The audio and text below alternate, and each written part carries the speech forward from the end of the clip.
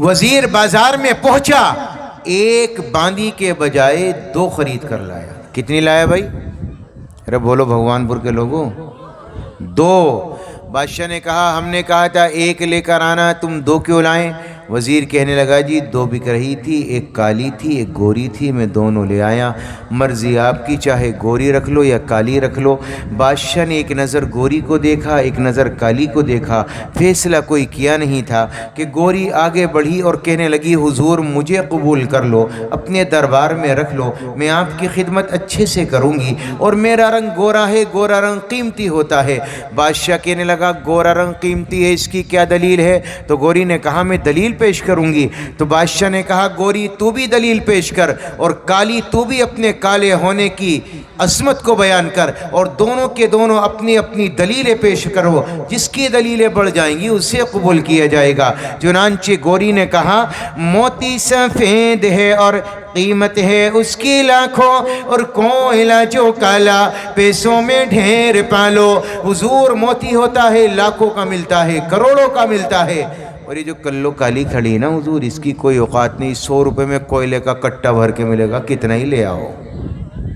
یہ تو کالی ہے کلو کوئلے کی طرح، میں گوری ہوں رنگ ہیرے کی طرح، موتی کی طرح، لاکھوں میں کروڑوں میں بکنے والی، تو میری قیمت زیادہ ہے، اس کی کیا ہوئی؟ بادشاہ کہنے لگا بات تو ٹھیک ہے۔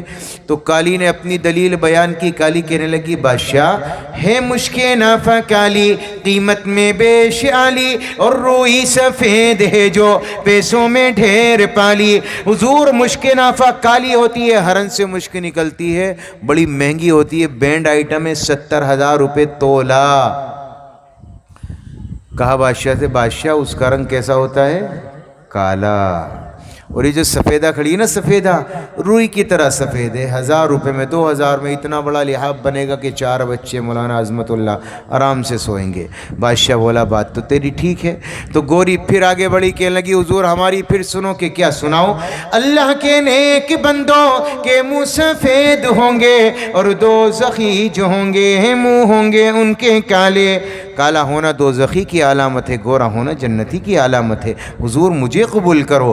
تو کالی آگے بڑھی، کہنے لگی آنکھوں کی کالی پتلی ہے نور کا وہ چشمہ، اور آنکھ کی سفیدی ہے نور سے وہ خالی۔ حضور آنکھوں کی کالی پتلی سے نظر آتا ہے، اگر یہ کالا ٹیوا پھوڑ دو سفیدی بیکار ہے۔ بادشاہ بولا بات تو تیری ٹھیک ہے۔ تو گوری پھر آگے بڑھی، کہنے لگی حضور آپ نے قرآن نہیں دیکھا، کاغذ کیسے ہیں کہ سارے سفید؟ تو گوری نے کہا کاغذ سفید ہیں سب قرآن پاک والے، کاغذ سفید ہیں سب قرآن پاک والے۔ تو کالی بولی حضور ان پہ جو لکھے ہیں قرآن کے حرف کالے، کاغذ ہی سفید ہے، لکھا ہوا تو کالا ہے۔ تو گوری نے کہا جس دن نبی پیدا ہوئے وہ دن بڑا منور تھا۔ گوری کہنے لگی میلاد کا جو دن ہے وہ روشن بالیقین ہے، میلاد کا جو دن ہے وہ روشن بالیقین ہے۔ تو کالی نے کہا حضور معراج کی جو شب ہے وہ کالی ہے یا نہیں ہے؟ جس رات اللہ نے بطور مہمان کے آپ کو بلایا تو وہ رات کیسی تھی؟ بولو بھگوان پور کے رہنے والوں کیسی تھی؟ ارے بولو کالی۔ تو گوری نے کہا حضور بس بہت ہوا، فیصلہ کرو اسے کلو کو رکھنا ہے یا مجھے بھوری کو رکھنا ہے۔ تو گوری نے کہا انصاف کیجئے گا کچھ سوچئے گا پیارے، انصاف کیجئے گا کچھ سوچئے گا پیارے، سورج سفید روشن تارے سفید سارے، سورج بھی سفید ہیں تارے بھی سفید ہیں۔ بادشاہ کہنے لگا بات تو تیری ٹھیک ہے۔ تو کالی نے کہا حضور میری بھی سنو، میں بھی تیار ہوں، فیصلہ کر دو۔ کالی کہنے لگی ہاں سوچئے گا آقا ہے آپ عقل والے، ہاں سوچئے گا آقا ہے آپ عقل والے، کعبے کا غلاف کالا حضرت بلال کالے، ہاں سوچئے گا آقا ہے آپ عقل والے، کعبے کا غلاف کالا حضرت بلال کالے۔ تو گوری نے کہا نبی کا چہرہ بڑا منور تھا۔ ایک صحابی فرماتے ہیں میں نے 14ویں کا چاند دیکھا، پھر نبی کا چہرہ دیکھا، چاند میں داغ نظر آیا، نبی کے چہرے میں کوئی داغ نہ تھا۔ تو گوری نے کہا رخ مصطفیٰ ہے روشن دانتوں میں ہے اجالا، رخ مصطفیٰ ہے روشن دانتوں میں ہے اجالا۔ تو کالی نے کہا حضور زلفیں ان کی کالی کملی کا رنگ کالا، زلفیں بھی کالی تھی کملی کا رنگ بھی کالا تھا۔ بادشاہ کہنے لگا کلو تو بھی چپ ہو جا، بھوری تو بھی خاموش ہو جا۔ اپنے وزیر کو بلایا اور یہ فرمایا بھائی ایک بات تو بتا، بازار سے باندیا خریدنے گیا تھا یا مدرسے کا کتب خانہ اٹھانے گیا تھا؟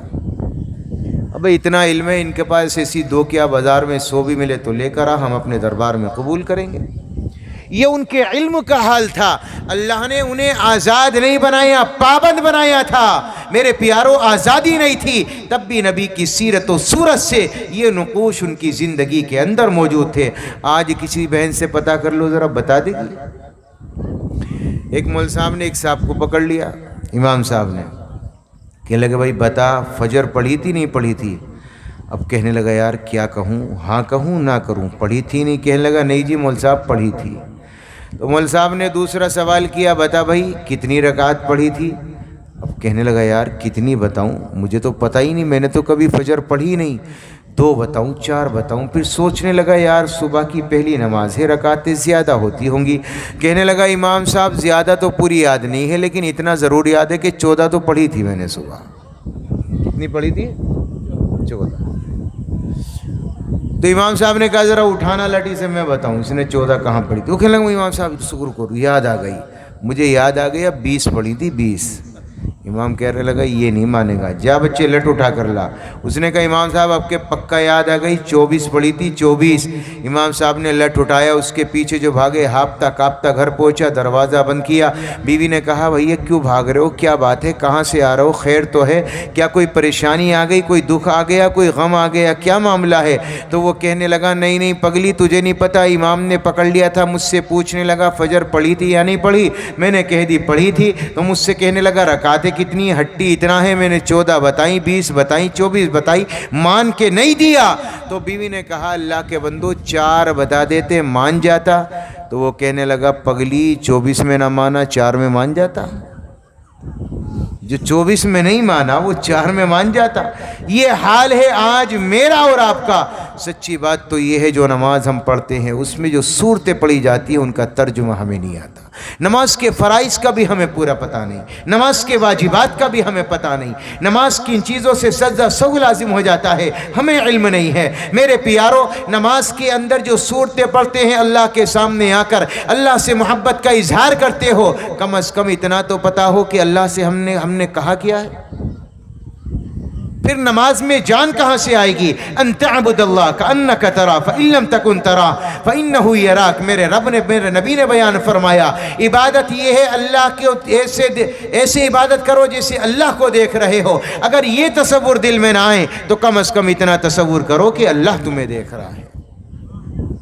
جو صورتیں پڑھی جائیں ان کا ترجمہ تو نہ معلوم کرو، باریک مسائل علماء جانے، دقیق مسائل کا نکالنا علماء کا کام ہے، موتیوں کا نکالنا علماء کا کام ہے، مسائل کا اخذ کرنا علماء کا کام ہے، استنباط کرنا علماء کا کام ہے، دلیلیں نکالنا علماء کا کام ہے۔ لیکن تمہارا کام صرف اتنا ہے جو صورتیں نماز میں پڑھی جائے کم از کم اس کا ترجمہ تو پڑھ لو میرے بھائیو، کم سے کم سورہ فاتحہ کا ترجمہ تو یاد ہو، سورہ اخلاص کا تو یاد ہو، سورہ فلق ناس کا تو یاد ہو، سورہ الم تر کیف فعل ربک باصحاب الفیل، سورہ فیل کا یاد ہو، سورہ قریش کا یاد ہو۔ میرے پیاروں کسی سورت کا ترجمہ ہمیں پتہ نہیں ہوتا، رب کے دربار میں آتے ہیں محبت کا اظہار کرنے، کیا کہہ کر چلے جاتے ہیں پتہ ہی نہیں ہوتا، یہ کیسی محبت ہے۔ اللہ ہمیں سمجھ دے، عمل کی توفیق عطا فرمائے، عمل کریں گے بھائی انشاءاللہ۔ میں نے 3 باتیں خاص طور سے آپ کے سامنے تذکرہ کی، ان میں سے پہلی بات اخلاق، اپنی زبان کے بول کو میٹھا بنائیں گے انشاءاللہ۔ بنائیں گے بھائی؟ ہاتھ اٹھا کر بتاؤ کہ انشاءاللہ بنائیں گے، اللہ نے چاہا ہم اپنی زبان کے بول کو بنائیں گے میٹھا، اخلاق کو اچھا کریں گے۔ اور دوسری بات میں نے عرض کی آپ کے سامنے کہ اللہ جب کسی سے محبت کرتا ہے تو گھر کے 4 لوگوں میں محبت ڈالتا ہے، اس کے دل سے کینہ نکال دیتا ہے۔ عہد کر کے جاؤ آج کے بعد ہم کسی مسلمان سے دل میں دشمنی نہیں رکھیں گے انشاءاللہ، نہیں رکھیں گے بھائی انشاءاللہ۔